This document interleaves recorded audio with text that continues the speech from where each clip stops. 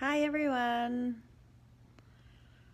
The first few seconds of a live video are always awkward because you're waiting for people to come on or you're just talking to the air.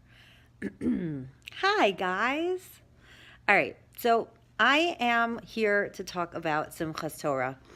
And the reason why I feel the need to talk about Simchat Torah is because it's the end of the holiday and first of all, it's very misunderstood. Like, what is this holiday?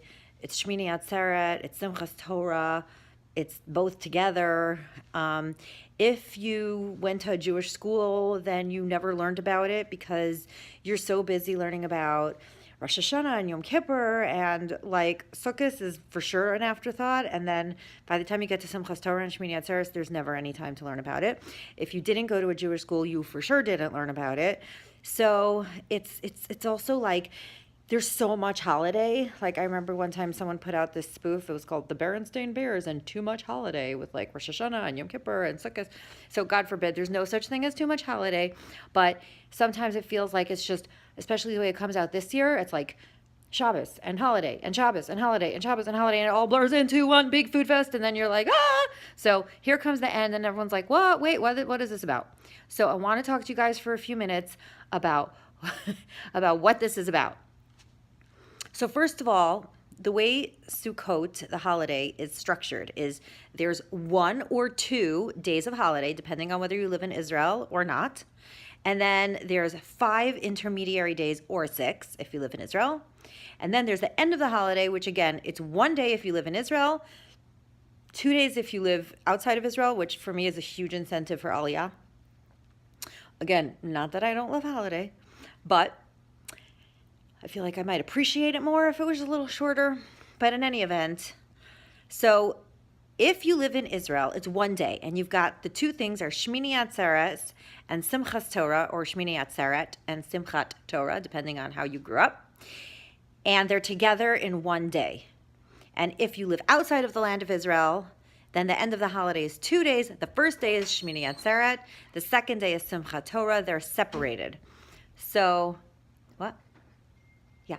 So, Shemini Atzeret and Simchat Torah are really supposed to be together in the same day. And what they are is it's like the punctuation mark at the end of the holiday. And it's the day that God says, like, we just celebrated together for so long and we had so much time together, and I just don't want you to leave. You know when you visit someone and you're having the best time and you're like, oh my gosh, I wish I could just stay one more day? That's what God says to the Jewish people. The Talmud says that God says to the Jewish people, Kasha elai predaschem. That means it's hard for me when you leave. Like, please don't leave. Just stay one more day. So we do just one more day. Some people even continue to eat in the sukkah that last day. Others don't. Then we have Simchat Torah, which is supposed to just be another aspect of the day. And what it is that we celebrate the Torah. And it's when we have the weekly Torah portion, so it's a whole year cycle where we roughly read 1, sometimes 2 Torah portions every Shabbat. And it's this time of year that we finish the whole entire Torah, all the 5 books. And there's a special Torah service. We take the Torahs out of the ark, and it's part of the service. The Torahs get danced around the bima, and there's a special, a whole liturgy to say, and they're danced around 7 times, and it's really like celebrating the fullness and the completion of the Torah, because 7 in Judaism always symbolizes fullness and completion.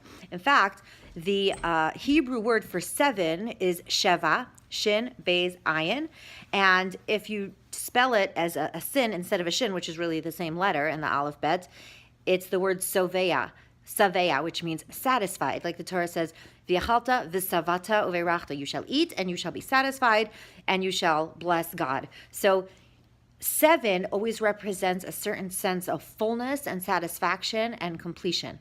And that's why we dance around the Torah 7 times. So this final day of the holiday is twofold. It's a day to just say to God, like, I don't want to be the Berenstain Bears and too much holiday. I want to have the attitude that, like, God, can't we just hang out for 1 more day? Do I have to go back to real life? Plus, the other aspect of it is Simchat Torah, where we celebrate the Torah, we dance with the Torah, we honor the Torah, we respect the Torah, we love the Torah. And that we also demonstrate right then and there that we go back and start reading the Torah right from the beginning.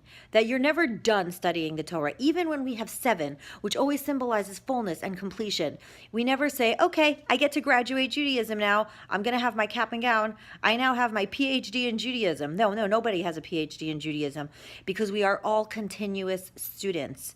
In fact, a wise Torah scholar is called in Hebrew a Talmid Chacham, a wise student.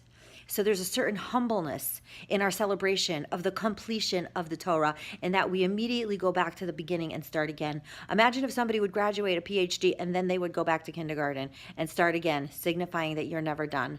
It's an incredible act of humbleness and of recognizing that the Torah's wisdom is actually infinite. You're never done. God's brain never ends. And what we can appreciate and enjoy and celebrate is the joy and the privilege to be able to plumb the depths of God's brilliance in the smallest, tiniest way, literally a drop in the ocean. And that's what we celebrate. So that's the end of the holiday of Sukkot. And I hope you all enjoy it and have the best time. Just one more day to celebrate with God before we have to jump back into real life. Have a great night.